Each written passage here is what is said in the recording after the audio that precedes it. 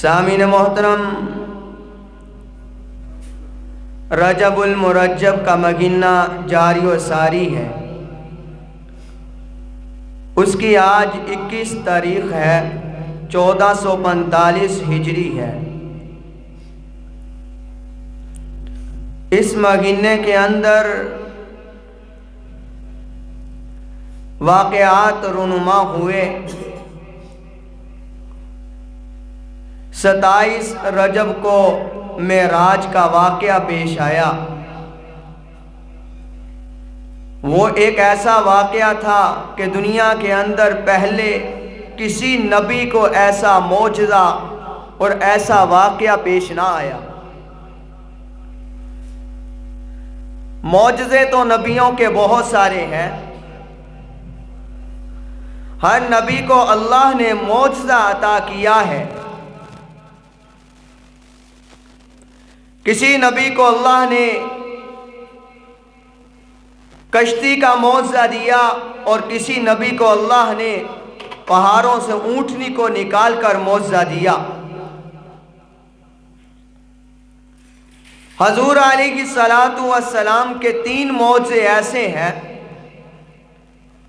جو قیامت تک امت کے سامنے رہنے والے ہیں اور قرآن اس کا تذکرہ بار بار کرتا ہے۔ سب سے بڑا معجزہ وہ قرآن مجید کی کتاب ہے جو قیامت تک آنے والے ہر انسان کے لیے ہدایت کا ذریعہ ہے۔ اور دوسرا معجزہ وہ شق القمر ہے، یعنی چاند کا 2 ٹکڑے ہونا، یہ بھی قیامت تک ہر انسان کے سامنے رہے گا۔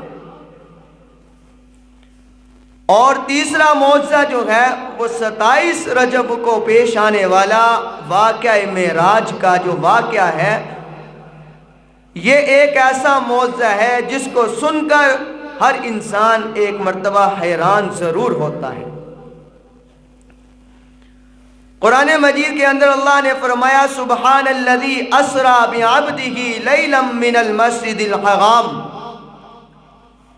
الی المسجد الاقصی الذی بارکنا حولہ لنریہ من آیاتنا انہ هو السمیع البصیر۔ یہ سبحان کا جو اللہ نے لفظ بیان فرمایا کہ سبحان کہتے کس کو ہیں، سبحان ذات کون ہے؟ فرمایا کہ جہاں پر ساری انسانیت کی طاقت ختم ہو، وہاں سے جس کی طاقت شروع ہو اس کو سبحان کہا جاتا ہے۔ سارے انسان اور جنوں کی قوت ختم ہو، وہاں سے جس کی قوت کی ابتدا ہو اسے سبحان کہا جاتا ہے۔ حضرت یونس علیہ السلام کا واقعہ قرآن مجید میں آیا ہے۔ فرمایا وَظَنُّونِ إِذْ ذَهَبَ مُغَاضِبًا فَظَنَّ أَن لَّن نَّقْدِرَ عَلَيْهِ فَنَادَىٰ۔ قرآن مجید کے اندر اللہ نے یوں بیان فرمایا، اللہ فرماتے ہیں حضرت یونس علیہ السلام نے اپنی قوم کو دعوت دی، فرمایا لا الہ الا اللہ پڑھ لو گے تم کامیاب ہو جاؤ گے۔ لیکن جس وقت قوم نے حضرت یونس علیہ السلام کا انکار کیا، حضرت یونس علیہ السلام کی بات کو نہ مانا، حضرت یونس علیہ السلام نے ہاتھ اٹھائے اور اپنی قوم کے عذاب کے لیے دعا کی کر کے چلے گئے۔ وہاں سے نکلتے ہیں، آگے جب جاتے ہیں، اللہ تعالیٰ کا ڈر نہیں آیا تھا کہ اس ملک سے نکل کر، اس علاقے سے نکل کر آپ دوسرے علاقے میں چلے جاؤ۔ حضرت یونس علیہ السلام جا رہے ہیں، آگے جاتے جاتے جب دیکھا کہ ایک کشتی میں سوار ہونا پڑے گا دوسرے علاقے کے لیے پاس جانے کے لیے، حضرت یونس علیہ السلام کشتی میں سوار ہو گئے۔ اب کشتی جناب ڈوبنے لگتی ہے، وہ کشتی چلانے والا کہتا ہے کہ جناب اس کے اندر ایک انسان کو سپرد کیا جائے گا۔ جب پانی کے سپرد کیا جاتا ہے تو کشتی ٹھیک چلتی ہے، ہر سال کے بعد ایک انسان کو اس کے اندر ڈالا جاتا ہے۔ حضرت یونس علیہ السلام بھی اس کشتی میں سوار ہیں. قرہ اندازی ہوتی ہے. قرہ اندازی ہونے کے بنیاد پر حضرت یونس علیہ السلام کا نام نکل آتا ہے. لیکن وہ کشتی چلانے والا کہتا ہے، لوگ کہتے ہیں کہ جناب یہ ایک شریف انسان ہے، یہ ایک معزز انسان ہے، یہ تو اللہ کا بزرگ نظر آتا ہے، اس کو کشتی اس کو پانی کے حوالے کیسے کیا جائے؟ لہٰذا دوبارہ قرہ اندازی کی جائے. دوبارہ کی گئی. پھر یونس علیہ السلام کا نام نکل آیا. انہوں نے جس وقت حضرت یونس علیہ السلام کو پانی کے اندر ڈال دیا تو اللہ نے اپنی مچھلی کو آرڈر دیا. فرمایا وَظَنُّونِ إِذْ ذَهَبَ مُغَاضِبًا فَظَنَّ أَن لَّن نَّقْدِرَ، اے مچھلی میرے یونس کو اپنے پیٹ میں لے لے. حضرت یونس علیہ السلام کو مچھلی نے پیٹ میں لے لیا.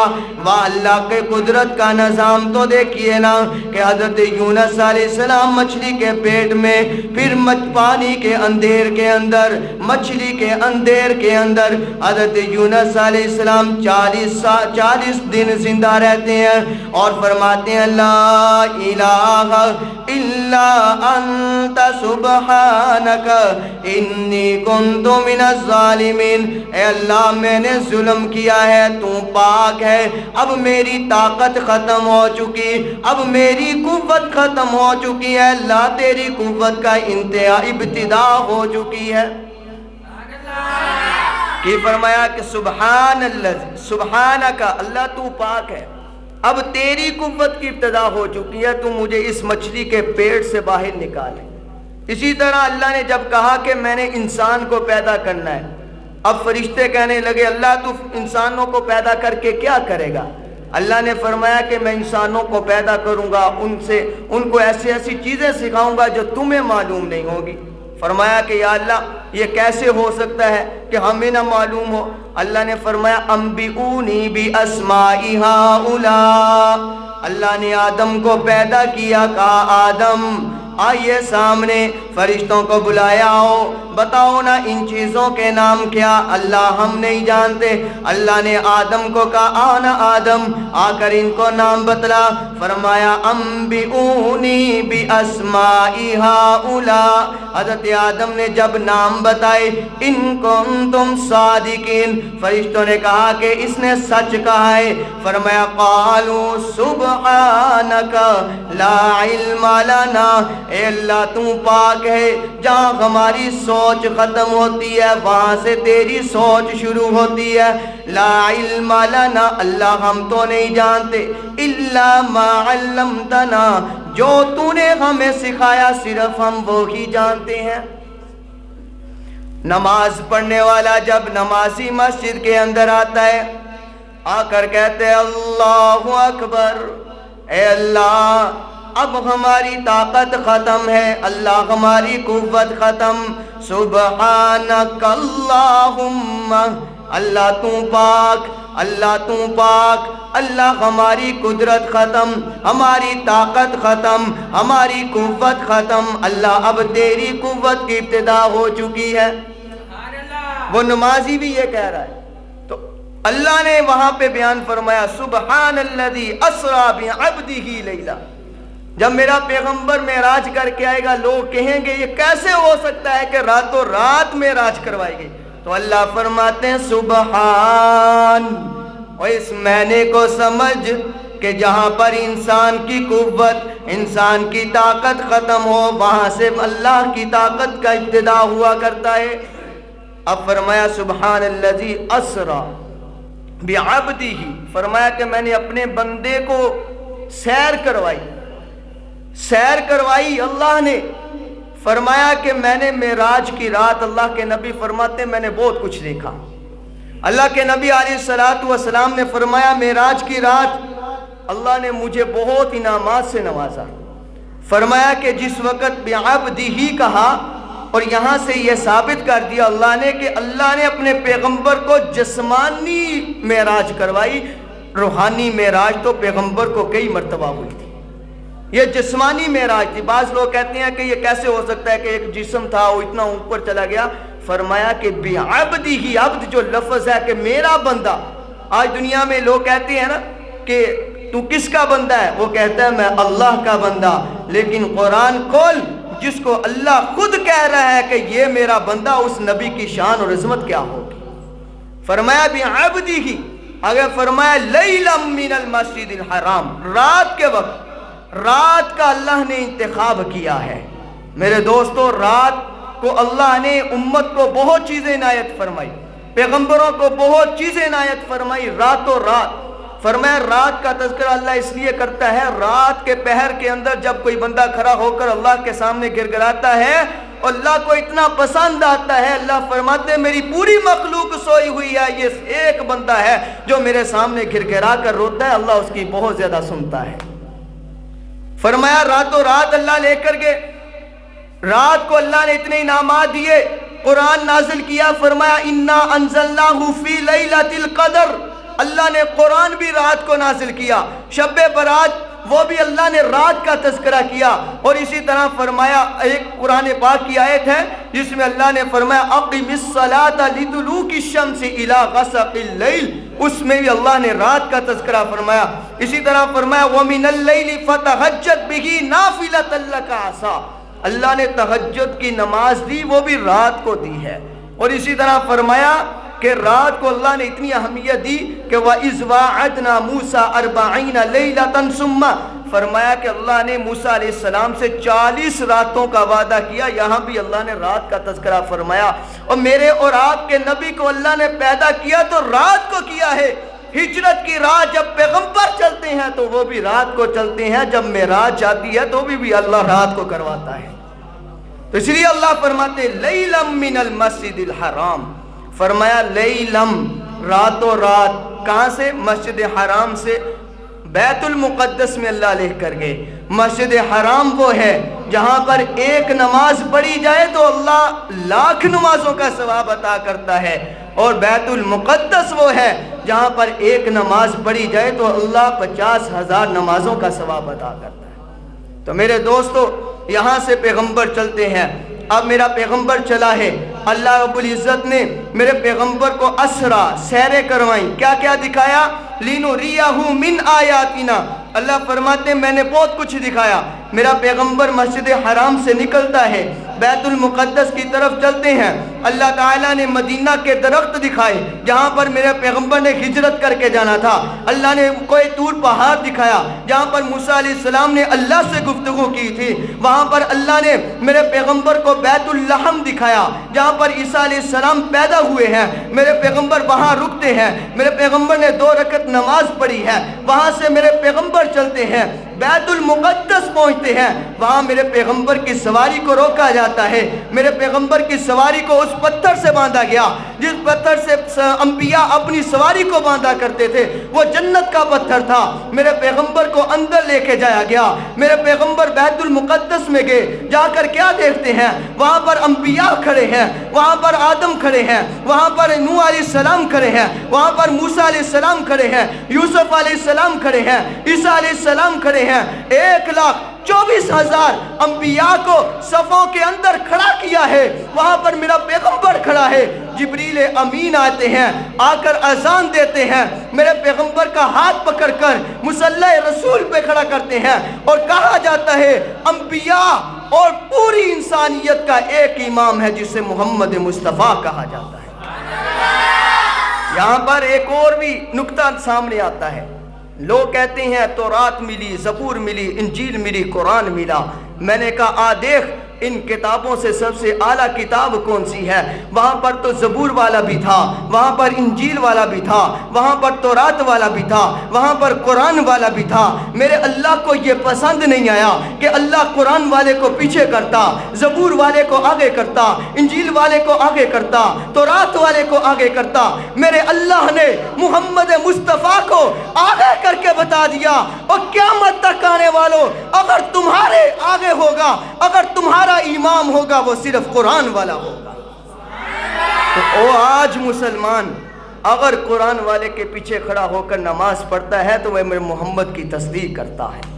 تو میرے عزیز دوستو، میرے پیغمبر وہاں پہ کھڑے ہیں، مسجد اقصیٰ کے اندر میرے پیغمبر نے نماز پڑھی ہے، نماز پڑھ کے میرا پیغمبر حضرت جبریل علیہ السلام کے ساتھ براق سواری پہ سوار ہو کر میرا پیغمبر چلتا ہے۔ پیغمبر علیہ السلام کا دیدار، پہلے آسمان پہ جاتے ہیں، پہلے آسمان پہ حضرت آدم سے ملاقات ہوتی ہے، میرے پیغمبر دوسرے آسمان پہ گئے ہیں، وہاں پہ حضرت عیسیٰ علیہ السلام حضرت یحییٰ علیہ السلام سے ملاقات ہوتی ہے، میرا پیغمبر تیسرے آسمان پہ جاتا ہے، وہاں پر حضرت ادریس سے ملاقات ہوتی ہے، میرا پیغمبر چوتھے آسمان پہ جاتا ہے، وہاں پر حضرت ہارون سے ملاقات ہوتی ہے، میرا پیغمبر پانچویں آسمان پہ جاتا ہے، میرے پیغمبر کے ساتھ حضرت یوسف علیہ السلام کی ملاقات ہوتی ہے، میرا پیغمبر چھٹے آسمان پہ جاتا ہے، وہاں پہ حضرت موسیٰ سے ملاقات ہوتی ہے، ساتویں آسمان پہ جاتا ہے، وہاں پر میرے پیغمبر سے حضرت ابراہیم علیہ السلام کی ملاقات ہوتی ہے، میرے پیغمبر سے سارے نبیوں کی ملاقات ہوئی، میرا پیغمبر چلتا گیا،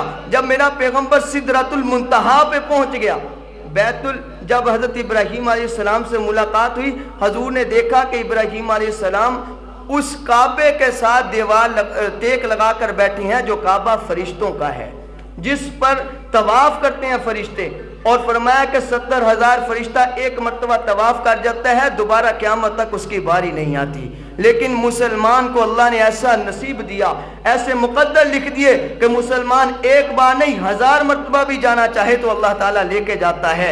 تو میرے بھائیوں، میرا پیغمبر وہاں تک گیا، پھر جب میرا پیغمبر آگے جانے لگا، سدرۃ المنتہا سے آگے جانے لگا، اب جبریل کہتے ہیں یا رسول اللہ آگے نہیں جا سکتا، اس لیے آگے جاتا ہوں تو اللہ کی تجلی سے میرے پر جل جاتے ہیں، یا رسول اللہ ادھر ہی اب اللہ ایک اور سواری کو بھیجے گا، آپ اس سواری پہ سوار ہو کر جائیں گے۔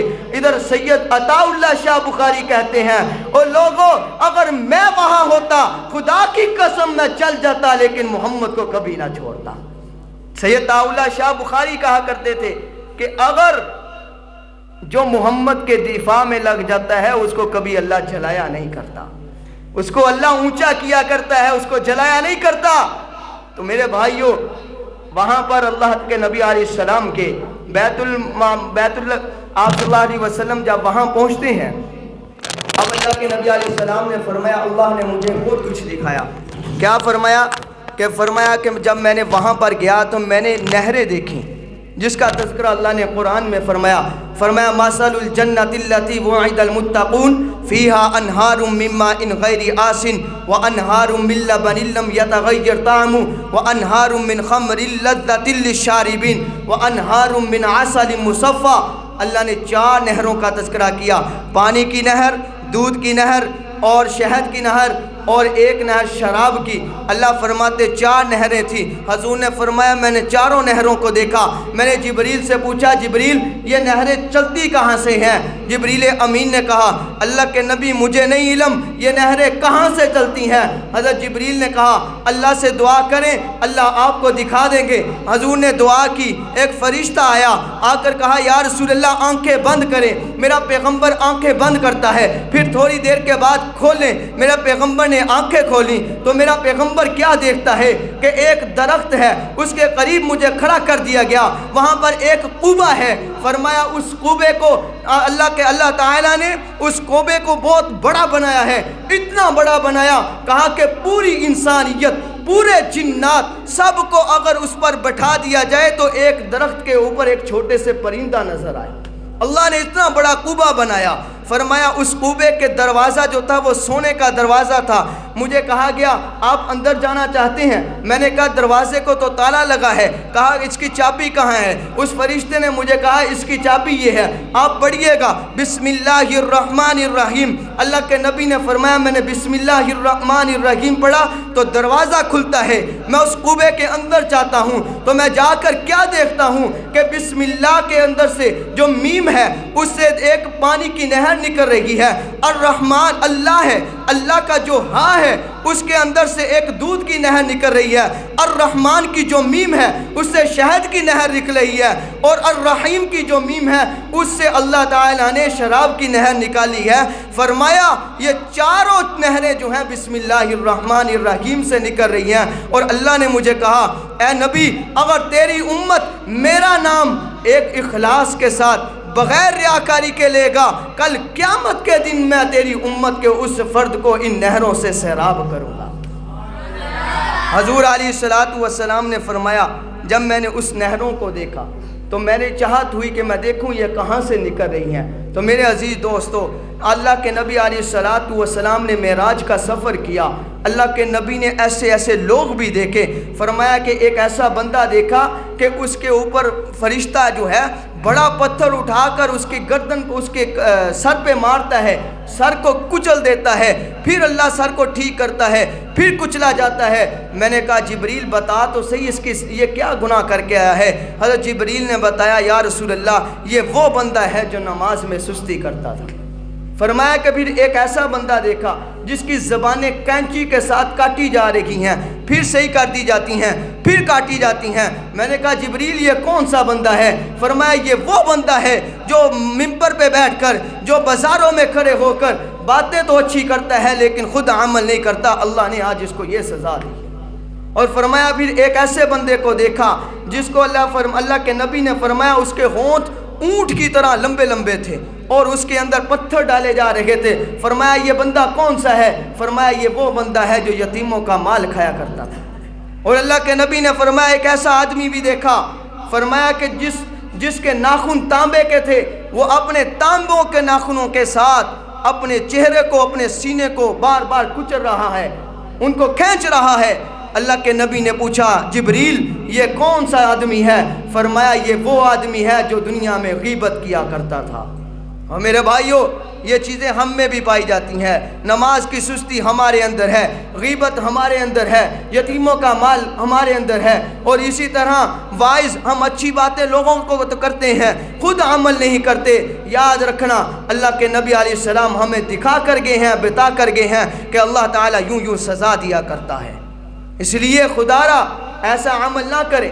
میرا پیغمبر آسمان پہ جب گیا، میرا پیغمبر واپس آنے لگا، میرے پیغمبر نے کہا یا اللہ مجھے تو معراج کرائی، آپ نے نبیوں کو معراج کرائی ہے، آدم علیہ السلام کو معراج کرائی، نوح علیہ السلام کو کشتی میں معراج کرائی، حضرت یوسف علیہ السلام کو جیل میں معراج کرائی، حضرت یونس علیہ السلام کو مچھلی کے پیٹ میں معراج کرائی، حضرت نوح علیہ السلام کو کشتی میں معراج کروائی، حضرت عیسیٰ علیہ السلام کو تختہ دار پہ معراج کرائی، حضرت یحییٰ علیہ السلام کو آرے کے نیچے معراج کرائی۔ اے اللہ مجھے بھی معراج کرائی، سارے نبیوں کو فرشوں پہ کرائی، مجھے عرش پہ لے جا کر معراج کرائی۔ اللہ میری امت معراج کیا ہے؟ اللہ نے فرمایا نبی جی ٹھہر جائیے، تیری امت کی معراج یہ ہے، الصلاۃ معراج المؤمنین، تیرے امت کی معراج وہ نماز معراج ہے، نماز پڑھے گی، نماز میں جب سجدے میں جائے گی وہ ان کی معراج ہوگی۔ تو میرے عزیزو ہمارا پیغمبر تو وہاں نہیں بھولا، ہمارا پیغمبر دنیا سے جانے لگے وہاں نہ بھولے۔ آج ووٹ دینے والے، آج الیکشنوں میں کھڑے ہونے والے، جب ووٹ لینے والا ہمارے پاس آتا ہے تو کبھی ہم نے یہ کھڑے ہو کر اس کو کہا کہ میرا ووٹ سڑک کے لیے نہیں، میرا ووٹ گیس کے لیے نہیں، میرا ووٹ یہ سیوریج کے لیے نہیں، بلکہ میرا ووٹ میرے محمد عربی کے لیے ہے، میرا ووٹ ختم نبوت کے لیے ہے، میرا ووٹ قرآن کے لیے ہے، میرا ووٹ صحابہ اور اہل بیت کی عظمت کے لیے ہے کہ کل جب اسمبلی کے فلور کے اندر کھڑے ہو کر جب ختم نبوت کی بات ہو تو میرا کینڈیڈیٹ، میرا امیدوار سب سے پہلے اس کی آواز لگائے۔ کبھی ہم نے یہ بات کی آج تک؟ اب ہمارے پاس ہمارے محلوں کے اندر اکٹھے ہو کر کتنے لوگ آتے ہیں کہ ہمیں ووٹ دو، ہمیں ووٹ دو۔ اگر ہماری ٹیم بن جائے، اگر ہم سب اکٹھے ہو جائیں، ہمارے پاس فارم ہو، الحمدللہ علماء نے ایسے فارم نکالے ہیں، آپ ان کے سامنے رکھو، ان کو کہو ووٹ تمہارے پاس اس وقت آئے گی جب تم اس کے اوپر دستخط کر دو کہ جب اسمبلی میں ختم نبوت کی بات آئے تو تم آگے ہو جاؤ۔ میرے بھائیو ہماری ووٹوں کو اتنا بھی نیچے نہ گہراؤ، ہماری ووٹ تو صرف ختم نبوت کے لیے ہے، ہماری ووٹ تو صرف اسلام اور دین کے لیے ہے۔ اللہ تعالی ہمیں عمل کرنے کی توفیق عطا فرمائے۔